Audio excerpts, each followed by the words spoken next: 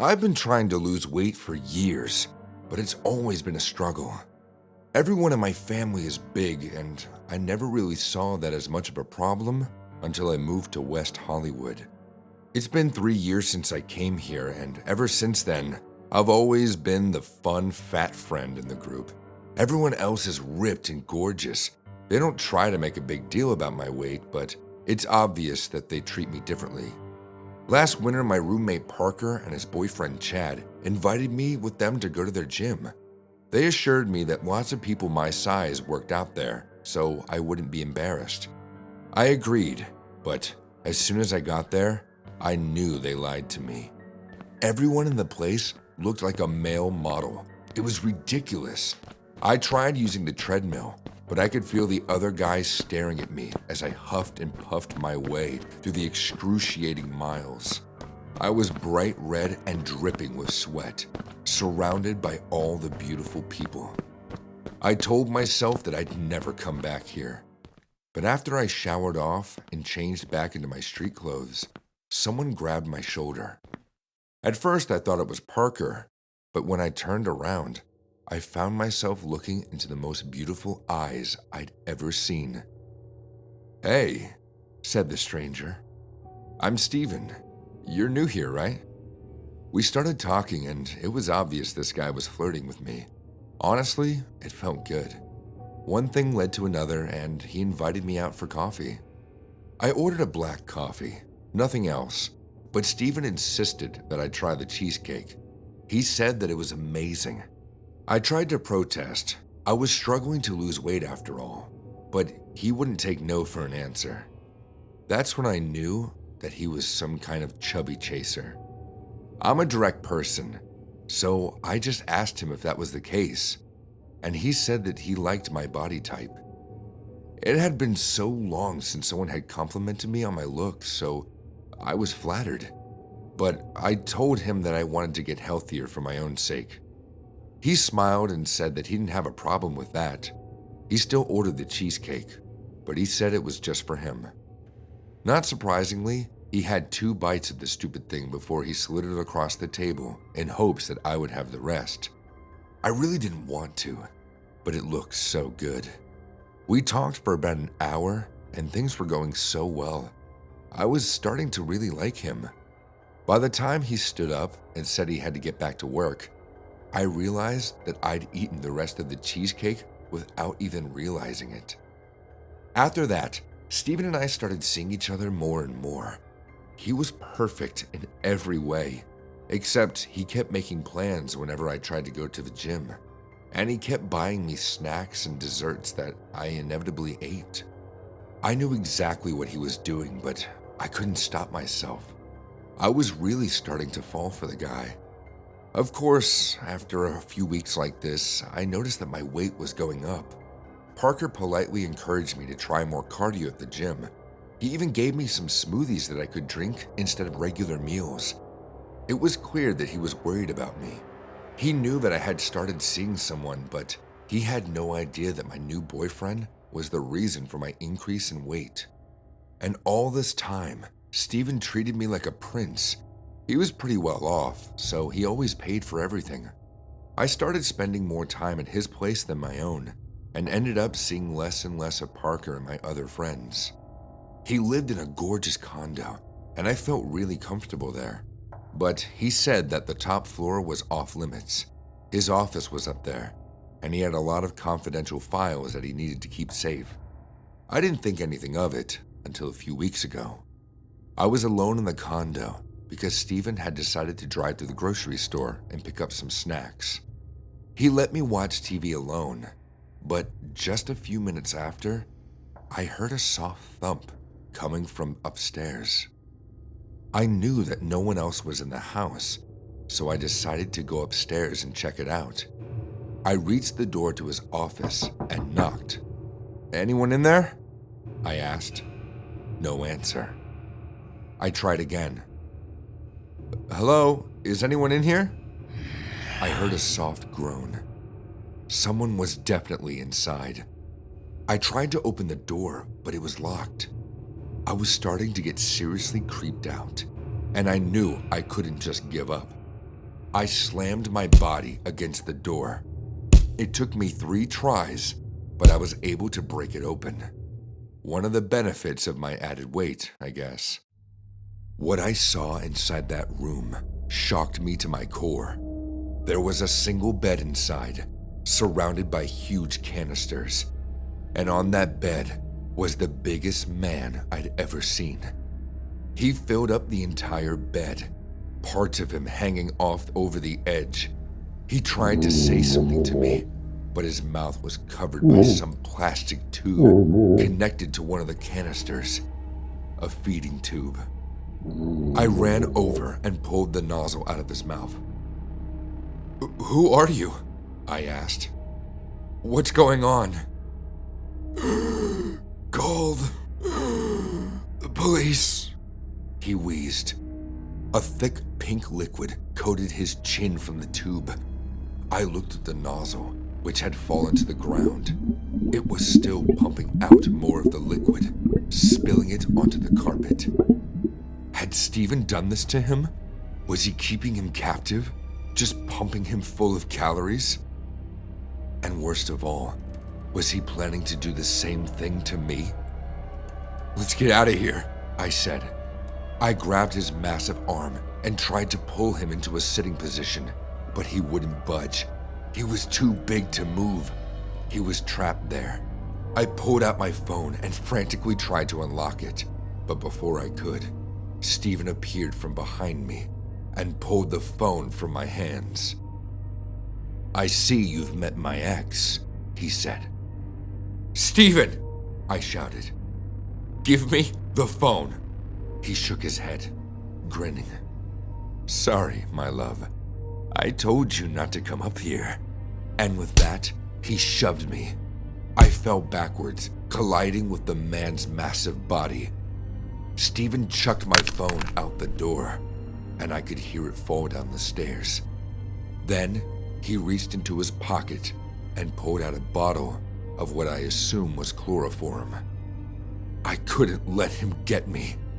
I reached down and grabbed the nozzle which laid on the ground. It was still pumping out the liquid. I held it up and blasted Steven in the face. He wasn't expecting it and stumbled backwards. The ground was already coated with the slippery stuff, and he slid even more. Before I knew it, he fell out the door. He tried to grab onto the door frame, but he couldn't. In seconds, he thudded to the bottom of the stairs. I followed him down. He was motionless, his neck twisted unnaturally to the side. I couldn't tell if he was still breathing.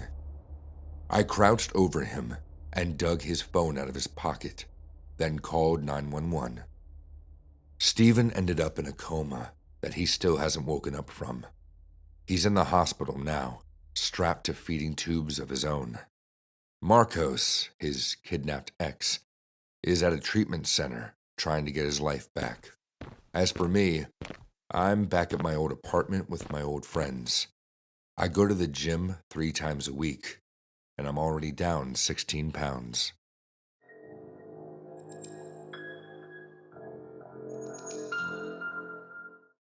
My name is Brandon Wilson, and I'm 42 years old. I work as a private security guard. In a recent past, I was hired by the administration of a gym to keep an eye on things during the night.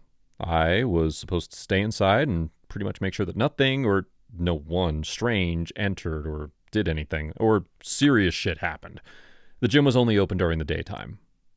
The thing is, the town where this particular gym was located was experiencing a series of violent crimes. People were being killed, that too, in a quite gruesome manner. Sometimes in the streets, and other times inside their homes when they were alone. So the gym owners decided to hire me in order to keep everything safe. They didn't want any unwanted incident that would hurt their reputation. The gym owners were boomers in the purest sense. They didn't believe in CCTVs or other late safety tech. They wanted real men, men of steel and flesh and blood. So, until that criminal spread was over, I was in for some extra money as the gym's security guard. But I wasn't doing it alone. 2 other men, a couple of friends cum colleagues from the same private security company where I work, were going to be there with me as part of a team. Tim, 33 years old, and Janice, yes, a woman, she was 28. 1 week passed, and we had nothing to report. Everything was calm. It was a Monday night, well, already 3 a.m., and me and my friends were precisely at the gym. After once again checking out every single division of that place, we simply sat down to wait for our shift to come to an end. While playing cards, of course. "This is what I call easy money," I said. "What do you mean? You're losing the card game," Tim answered. "I mean the job at the gym. Easy peasy. Why would a criminal enter an empty gym at night? The owners are crazy," I replied. "Yep, let's hope it stays that way. But those crimes, they're really violent. I have a friend at the police department. He said that some details are being kept top secret. Like, it seems that some parts of the dead bodies, like bones and skulls, are being taken by the criminal, or criminals, as if they were trophies. That's insane," Janice said. "There's a lot of sick people out there. I've been in this line of work for a decade. At this point, I don't think anything can surprise me anymore," I said. "I know, right? Well, I gotta go to the ladies' room. $10 again next game?" "You're on, Janice. Go on, do your thing," Tim said as Janice went to the bathroom. 20 minutes passed, but Janice was still in the bathroom. Sometimes we need our time to be longer, if you know what I mean. But still, Tim decided to go check on her. A few moments later, Tim was shouting, Brandon! Brandon! Come here, quick! Holy sh... I ran as fast as I could, and I saw Janice's dead body. Not inside, in the bathroom, but right outside. It was hanging from the ceiling. Her neck had been slit, and the blood was dripping from that wound, falling on the floor slowly.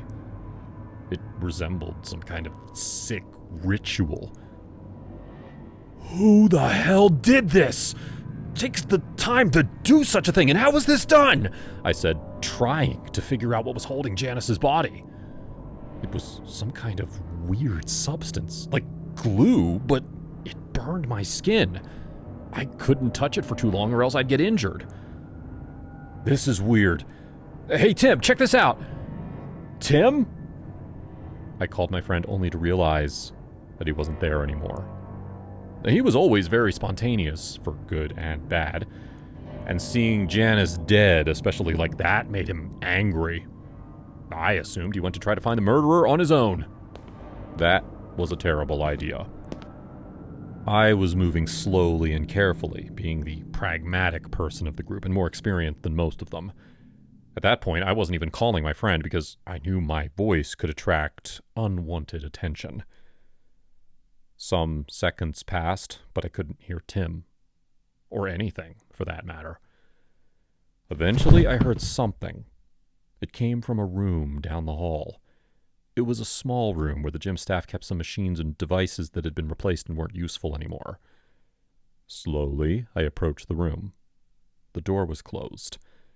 I could listen to a constant noise, like someone was hitting a nail with a hammer. Immediately, I opened the door. What are you?" I said, when I saw someone whose shape was the same as any average man, but whose features I could barely distinguish, especially using my flashlight only. It was like a pure and black shadow, but completely materialized. Nevertheless, even more intense than that entity's appearance was the sense of pure and cold evil that I was capturing from it. I felt like a little boy, completely hopeless and terrified. And that shadow man was tearing my friend Tim to pieces. The dark figure appeared to be using his own shapeless hands, who apparently were as sharp as blades. I started to shoot the creature, unloading every bullet that I had on it. The entity did seem to be wounded, or at least hurt by those shots. 9mm caliber is no funhouse, especially at such short distance. The Shadow Man sent a shivering scream, both of pain and anger. I had no more bullets, but I got to hit him a couple times on his face. Well, at least where his face was supposed to be, if he had one within all that hellish blackness. He dropped my friend, and when I thought the entity itself was going to fall, something else happened. The creature mumbled a few words, and some kind of black vortex appeared right in front of it. Then, the Shadow Man simply went through it, and he was gone. The vortex was closed and disappeared immediately, right after the entity passed. I think there's no other explanation than this one. We were dealing with an entity who dwells in a dark, parallel dimension. Since the dawn of time, these shadow people have been identified by several cultures throughout the world and have been given different names. They're described and feared as evil parasites. Obviously, these creatures at times are able to come into our universe and do their thing. How? And how often does this happen? And do they have different, more complex, wicked plans? Are there shadow people among us, disguised perhaps? These are questions that I can't answer for now. In any case, I called the authorities and told them the truth about what happened. A couple of weeks later, I was actually contacted by the cops. They were very interested in listening to the complete details of my story, especially about that dark humanoid entity and how it used a vortex. They were very nice and thankful for my cooperation, although they did say the following. We strongly advise you not to share this story with anyone, much less in public. They would consider you a madman.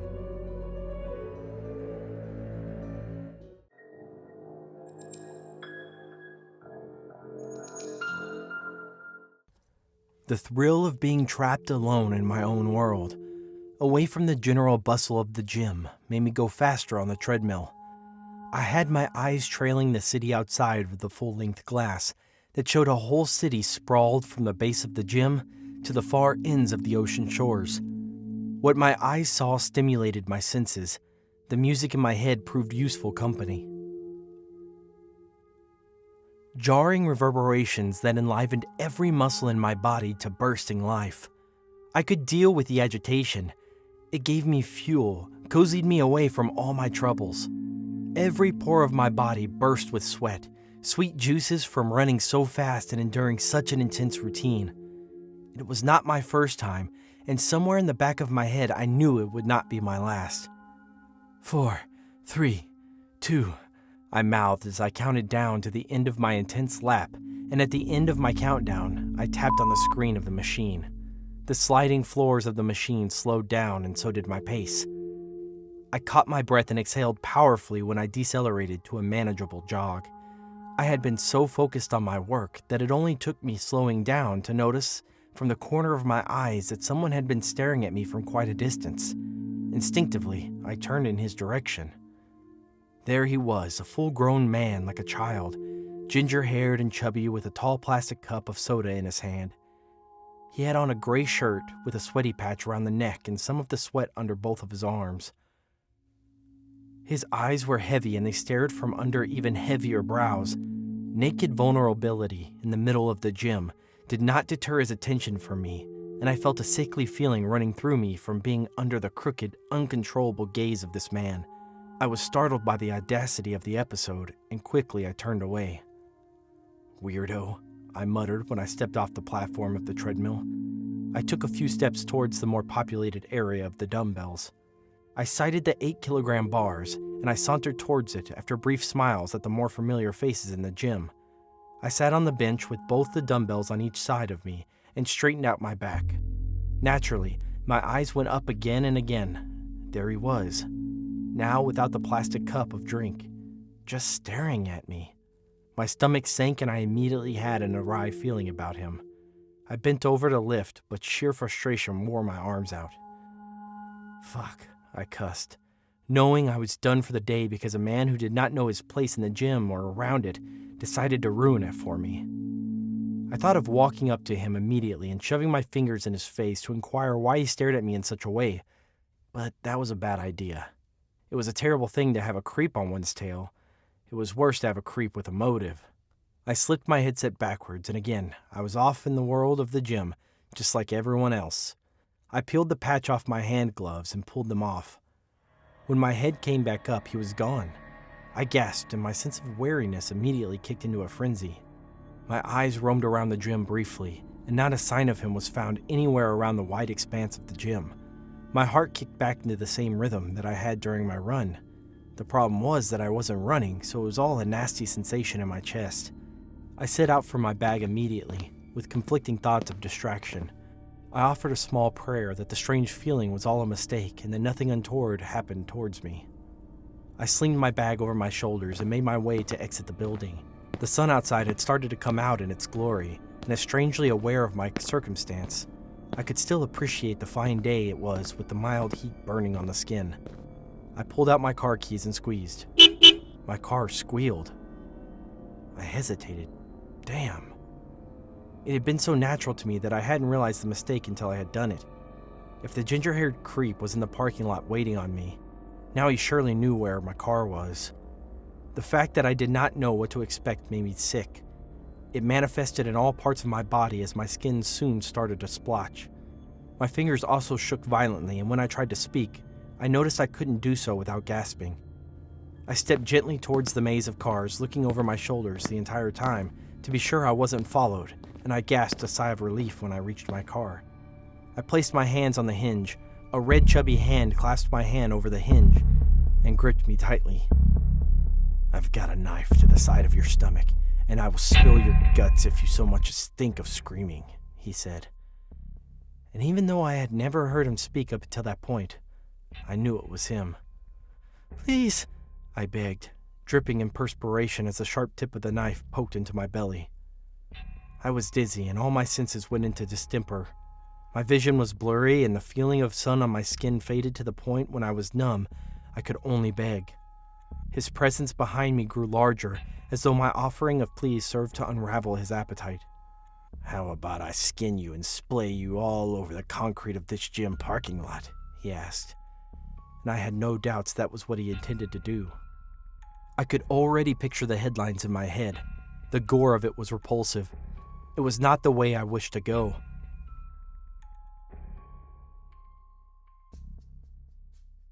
I stifled my scream. "I'm gonna kill you, stupid piece of shit." He spoke with venom. He flicked his arm, and just as I felt his arm move around me with the knife, which he intended to poke first and then drag along, he suddenly stopped. I heard another gun draw. "Your hands where I can see them," a strange female voice said seemingly out of the blue. The ginger-haired man unwound from me quickly, and he tossed the knife to the ground as he complied. I turned around wheezing breathlessly, and there were cops behind us in the parking lot, and one of the staff of the gym was standing behind them. "Are you okay, miss?" the staff asked as the cop swooped in to do his job. "I saw your entire interaction with him, and I knew I had to call the cops. Are you okay?" he asked again. I nodded, even though I was not okay, and I had just had the most horrifying few moments of my life in the gym parking lot. I was grateful to still have my life as they walked the crazed ginger-haired man away from me in cuffs.